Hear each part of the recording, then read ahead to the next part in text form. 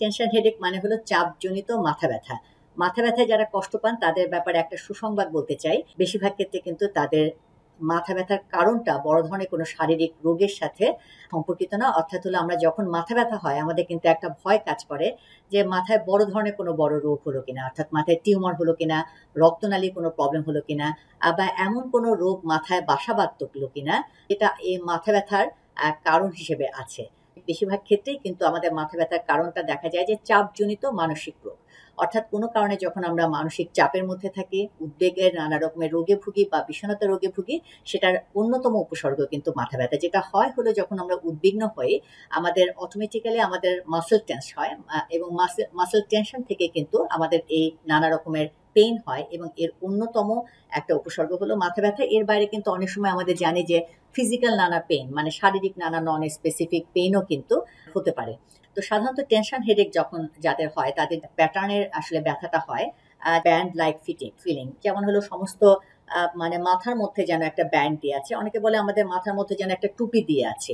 আবার অনেকে বলে ঠিক ব্যথাটা একটা ডাল টাইপের পেন, মানে মাথার মধ্যে যেন এক ধরনের হালকা ব্যথা সবসময়ের জন্য থাকছে, এবং কখনো কখনো এই ব্যথাটা তীব্র আকার ধারণ করে। এই তীব্রতাটা অনেক সময় অনেকের পার্টিকুলার কিছু টাইমে হয়, যেমন ঘুম থেকে ওঠার পরে যে শুরু হয় এটা আস্তে আস্তে করে বাড়তে থাকে, 12টা-1টার মধ্যে এটা আস্তে আস্তে করে কমে আসে। আবার অনেকে হয় হলো যে সারাদিন ভালো থাকে কিন্তু ঠিক সন্ধ্যা হওয়ার পর পর তার মাথা ব্যথাটা তার বাড়তে থাকে। আবার অনেকে যখন কোনো মানে কোনো স্ট্রেসফুল কাজ করতে চায়, যেমন কোনো মনোযোগ দিয়ে কোনো কিছু পড়তে বসা বা মনোযোগ দিয়ে কোনো কাজ করা, তখন কিন্তু বাড়ে। আবার কোনো কারণে মনোমালিন্য হলে, অর্থাৎ পরিবারের কারো সাথে যদি কোনো দ্বন্দ্ব হয় বা এমন কোনো বিষয় হয় লাইফের যেটা খুব অপ্রত্যাশিত, যেটা আমাদের কাঙ্ক্ষিত না, বা মন খারাপ করার মতন যে ঘটনাগুলো ঘটে থাকে, সেটা যখন আমরা ফেস করি তখনও কিন্তু মাথা ব্যথা আমাদের অনেক ক্ষেত্রে তারা কমপ্লেন করে থাকে। যারা উদ্বেগজনিত মাথা ব্যথা রোগে ভুগেন তাদের আসলে আরো কিছু উপসর্গগুলো থাকে, সেগুলো হয়তো অনেক ক্ষেত্রে অ্যাওয়ার হয় না বলে ডাক্তারের কাছে বলে না। সেটার মধ্যে খুব কমন যেটা থাকে যে অনেক ক্ষেত্রে শারীরিকভাবে দুর্বলতা, অনেকের পেটে প্রবলেম থাকে, কনস্টিপেশন বা লুজ মোশন, বুকে ধরফর করে বা শ্বাস নিতে তার সমস্যা হয়। এবং মাথা ব্যথার সাথে অনেকের হলো নন স্পেসিফিক বডি পেইন। মাথা ব্যথাটা হয়তো তার ক্রনিক হিসেবে আছে, কিন্তু শরীরের অন্যান্য নানা জায়গায় মাঝে মাঝে তার ব্যথা হচ্ছে, হয়তো পিঠে ব্যথা হচ্ছে, কাঁধে ব্যথা হচ্ছে, ঘাড়ে ব্যথা হচ্ছে, বা পেটে ব্যথা হচ্ছে, এরকম নন স্পেসিফিক নানা রকমের তার ফিজিক্যাল পেইন সিমটম থাকতে পারে। এই যে মাথা ঘুরানো, মাথা ব্যথার সাথে অনেক সময় হয় হলো প্রায় মাথা ঘুরাচ্ছে, মাথা টলটল করছে, বা হাঁটতে গেলে মনে হচ্ছে যে এই বোধহয় পড়ে যাবে। অনেক ক্ষেত্রে বলে হলো যে মাথা ব্যথাটা এমন হয় যে সবসময় যেন মাথার মধ্যে একটা বিশাল কিছু একটা বোঝা নিয়ে সে চলছে, অর্থাৎ হলো হাঁটার সময় মনে হচ্ছে যে মাথায় বোঝা নিলে যেরকম একটা ফিলিং হয় সেরকম, অর্থাৎ সবসময় মাথার মধ্যে যেন একটা হেভি হেভি ফিলিং। এভাবেও কিন্তু অনেকে আমাদের উপসর্গগুলো প্রেজেন্ট করে। যেমন অনেক সময় ঘুম হয় না, তার মাথা ব্যথাটা বেশি করে যেদিন হলো তার ঘুমটাতে একদমই তার খুব কম হচ্ছে, ঘুম আসতে দেরি হয়, অথবা যতক্ষণ ঘুম হয় ঘুমটা যেন হলো ডিসরাপ্টেড হচ্ছে, অর্থাৎ হলো মাঝে মাঝে ভেঙে যাচ্ছে বা সময়ের আগে থেকে ঘুম থেকে উঠে যাচ্ছে।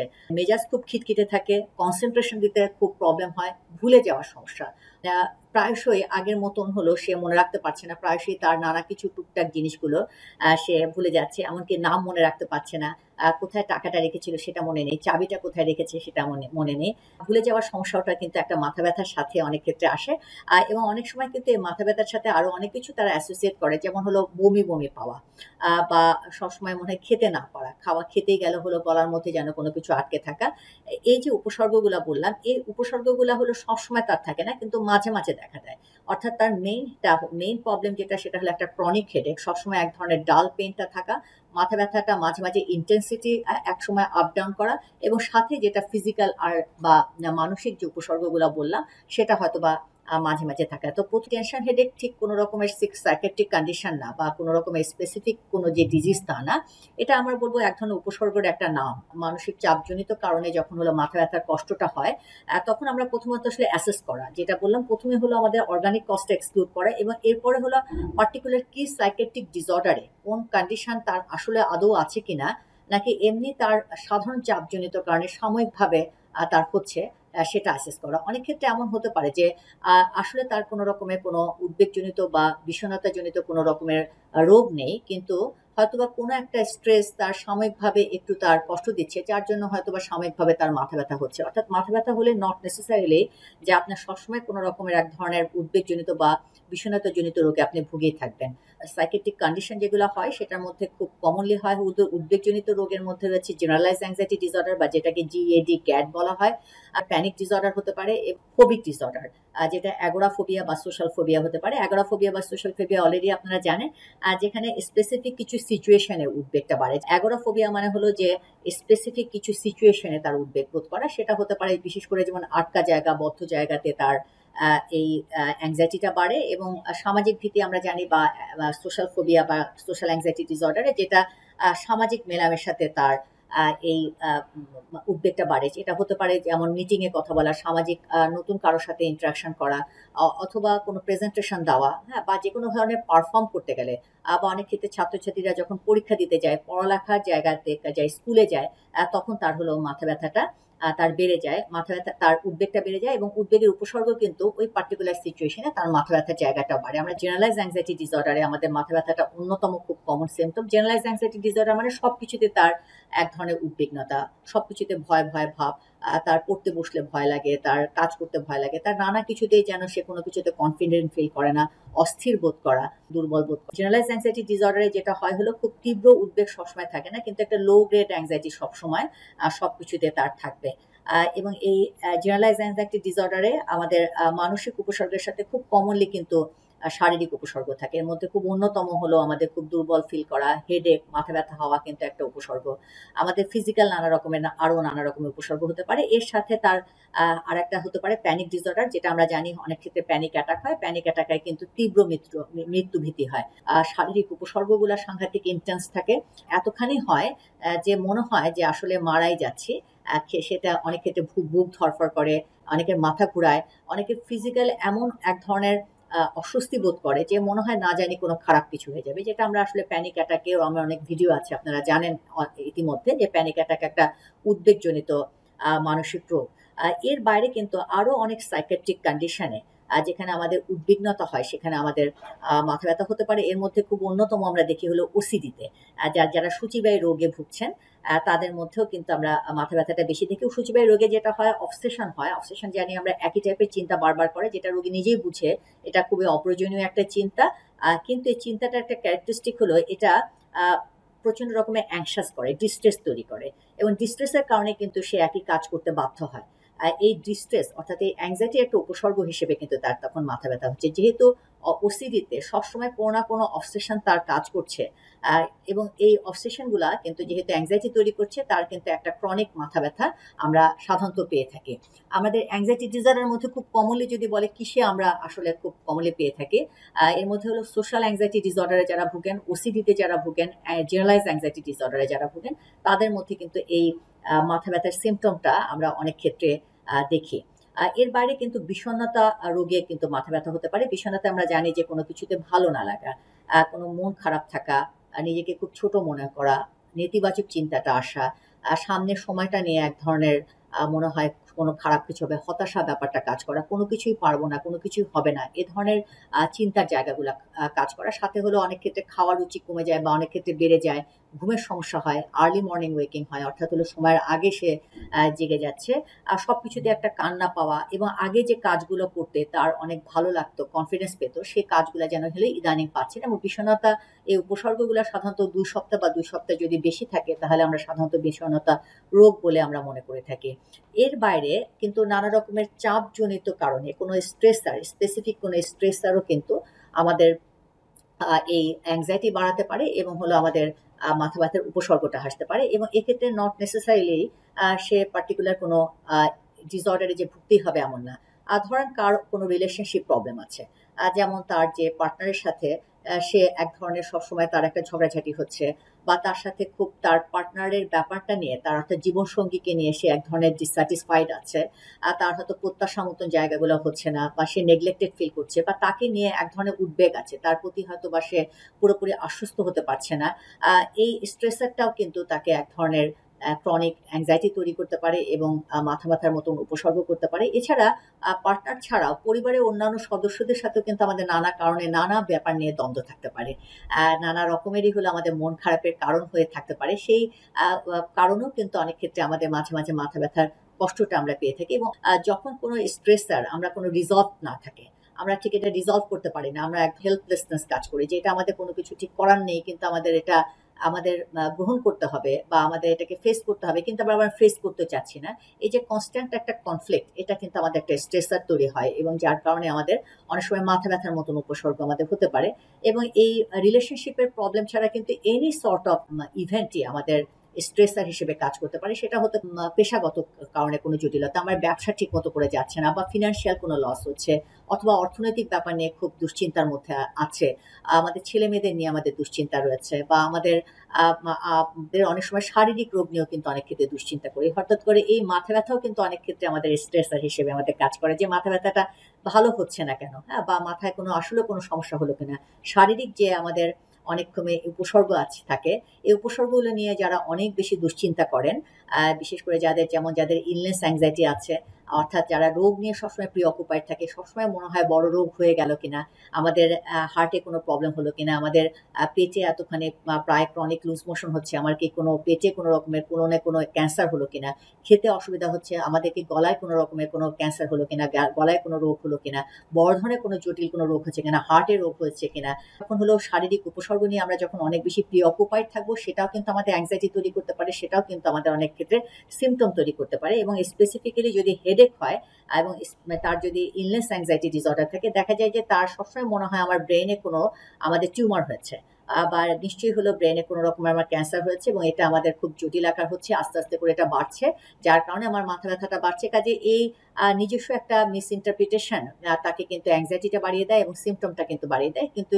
পরীক্ষা নিরীক্ষা করে তেমন কোনো কিছু আমরা পাই না। তো সেটাও কিন্তু এক ধরনের আমাদের থাকতে পারে, অর্থাৎ ইলনেস অ্যাংজাইটি ডিসঅর্ডার হতে পারে। অনেকে সোমাটিক সিমটম ডিসঅর্ডার রয়েছে, যেখানে হলো আমাদের অ্যাংজাইটি নানা ম্যানিফেস্টেশন, সোমাটিক নানা ফিজিক্যাল অর্থাৎ শারীরিক বডিলি নানা রকমের উপসর্গ আমাদের হতে পারে, এবং সেক্ষেত্রে কিন্তু মাথা ব্যথাটা হতে পারে। মাথা ব্যথা যেটা বললাম ইলনেস অ্যাংজাইটি ডিসঅর্ডার, সেখানে নিকট আত্মীয় কেউ বা কোনো বন্ধু বান্ধব বা কাছের কোনো মানুষের যদি আমরা সত্যি দেখি যে তার ব্রেনে কোনো টিউমার ছিল বা ক্যান্সার ছিল, এবং সেটা তার একটা বা স্ট্রোক হয়েছে, যেটা পরবর্তীকালে মাথায় সত্যি সত্যি কোনো বড় রোগ ধরেছে, যেটা আমরা যদি পরিচিত কোনো মানুষের কাছ থেকে এ ধরনের কোনো ইনফরমেশন পাই, সেটাও কিন্তু অনেক ক্ষেত্রে আমাদের উদ্বেগ বাড়িয়ে দেয় এবং সেম টাইপের সিমটম দেখা যায় যে আমাদের নিজেদের অনেক ক্ষেত্রে হচ্ছে। স্কুলের ছেলে মেয়েদের, অর্থাৎ যারা অ্যাডোলেসেন্ট ছেলেমেয়েরা আছে, কিশোর কিশোরী যারা আমাদের ভাই বোনেরা আছে, তাদের মধ্যে কিন্তু আমরা দেখি যে অনেক ক্ষেত্রে যখন থেকে পড়ার যে চাপটা, এই চাপটা তারা যদি হ্যান্ডেল করতে না পারে, তাদের কিন্তু মাথা ব্যথাটা খুব কমন উপসর্গ ছাত্রছাত্রীদের ক্ষেত্রে। অর্থাৎ এবং দেখা যায় যে তারা যখনই পড়তে বসে, তখন তাদের মাথা ব্যথাটা হচ্ছে, পরীক্ষার আগে মাথা ব্যথাটা বাড়ে, এবং যখনই তাদের রেজাল্ট আসবে বা কোনো কিছু রেজাল্টটা খারাপ হচ্ছে, সেটা কিন্তু তার মাথা ব্যথা হচ্ছে। স্কুলে যাওয়ার সময় তার মাথা ব্যথাটা বাড়ছে, ওখানে হচ্ছে যে স্কুলেই সে যেতে পারছে না। মাথা ব্যথার সাথে কিন্তু অনেক ক্ষেত্রে বমি বমি যেটা বললাম এটা হতে পারে। কাজেই আমাদের ডেইলি লাইফের যে নানা রকমের স্ট্রেসার গুলো আমাদের থাকে, সেটাও কিন্তু আমাদের মাথা ব্যথার কারণ হতে পারে। তো মাথা ব্যথার চিকিৎসার ক্ষেত্রে আমাদের প্রথমত যে জিনিসটা, সেটা হলো ফার্স্ট কিন্তু অ্যাসেস করা। অ্যাসেস করে আমাদের প্রথম হলো অর্গানিক কজগুলো এক্সক্লুড করা, যে সত্যি এ মাথা ব্যথার উপসর্গ হচ্ছে সেটা বড় ধরনের কোনো রকমের শারীরিক রোগ তার আছে কিনা, এবং সেটা যখন আমরা কনক্লুডেড হই যে না, এটা আসলে মানসিক চাপজনিত কারণে বা কোনো রকমের সাইকিয়াট্রিক কন্ডিশনে, অথবা নানা হয়তো কোনো সাময়িক কোনো স্ট্রেসের কারণে তার এই মাথা ব্যথাটা হচ্ছে, এই মাথা ব্যথাটার কারণ আসলে তার মানসিক, সেক্ষেত্রে প্রথম আমাদের যেটা অ্যাসেস করা যে আসলে কোনো সাইকিয়াট্রিক কন্ডিশন কি আছে কি নেই। যদি আমাদের সাইকিয়াট্রিক কন্ডিশনটা থাকে, তাহলে আমাদের সাইকিয়াট্রিক কন্ডিশনটা কি, কারণ আপনারা আগেই বলেছি আমাদের নানা রকমের সাইকিয়াট্রিক কন্ডিশনে কিন্তু হতে পারে, প্যানিক ডিসঅর্ডার হতে পারে, জেনারেলাইজ অ্যাংজাইটি হতে পারে, ওসিডিতে হতে পারে, অন্যান্য আরো অনেক রকমের সাইকিয়াট্রিক ডিসঅর্ডার আছে। সে সকল কারণ কি মাথা ব্যথাটার সাথে সংশ্লিষ্ট কিনা, সেটা আমরা আইডেন্টিফাই করা এবং স্পেসিফিক ওই সাইকিয়াট্রিক রোগটাকে আমরা ট্রিটমেন্ট করা। অর্থাৎ তার যদি প্যানিক ডিসঅর্ডার হয়, তাহলে আমরা একরকম ট্রিটমেন্ট, ওসিডি হলে আমরা একরকম ট্রিটমেন্ট। আমরা যদি ওসিডিতে আমরা অ্যাংজাইটি রোগের ট্রিটমেন্ট দিই, সাময়িকভাবে কমবে, কিন্তু ওসিডির ফুল ট্রিটমেন্ট আমরা যদি অ্যাপ্লাই করতে না পারি, তাহলে কিন্তু পুরোপুরি এই জায়গাটা থেকে সে রিজলভ হবে না। কাজে আমার প্রথম কাজ হলো বিশেষ করে ডায়াগনোসিস স্পেসিফিক আমাদের চিকিৎসাটা দেওয়া।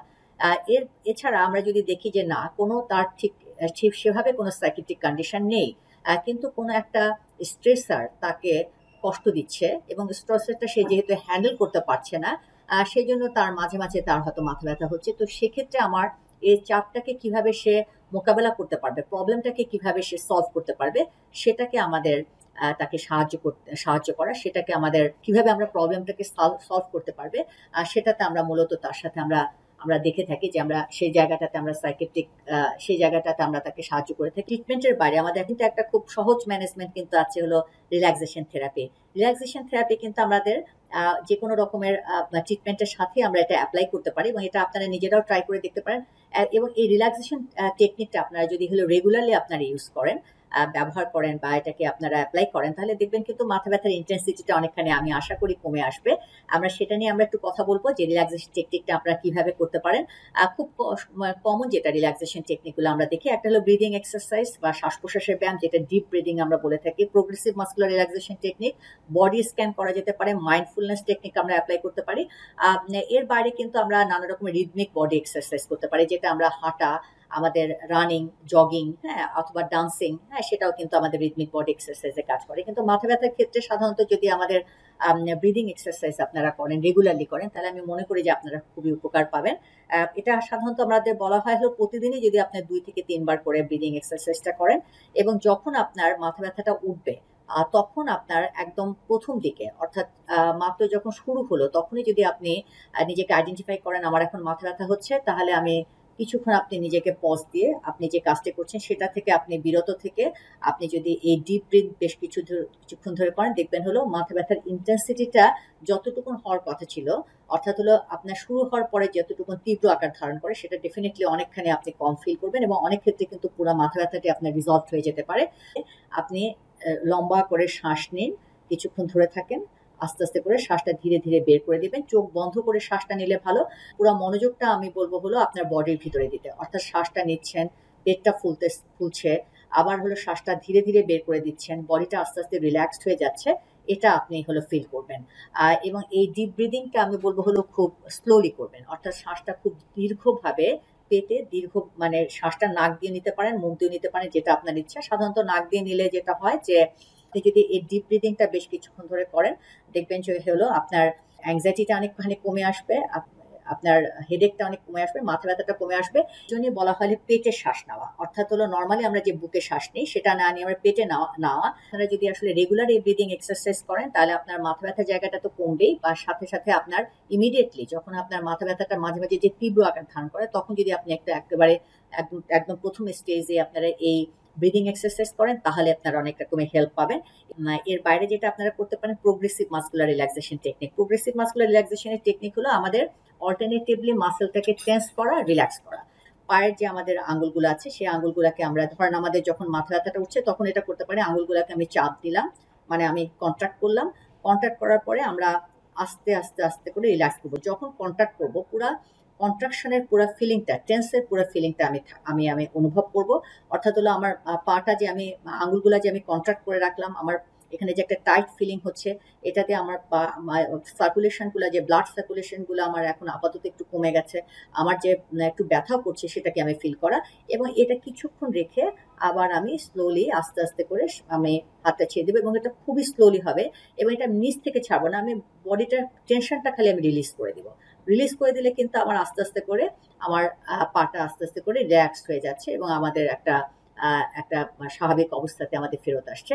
ঠিক তেমনি আমাদের তখন পায়ের অ্যাঙ্কেলটাকে করা, এরপরে হলো আমাদের কাফ মাসেলটাকে করা, থাইয়ের মাসেলটাকে করা, পেটে করা, বুকে করা, হাতে করা, হাতের আমি আঙ্গুলগুলাতে করতে পারি, বাইসেপসে করতে পারি, ঘাড়ে করতে পারি, তারপরে হলো যে এই জায়গাটাতে করতে পারি, এই মাসেল গ্রুপটাকে করতে পারি, মুখে করতে পারি, চোখে করতে পারি এবং হলো কপালে করতে পারি।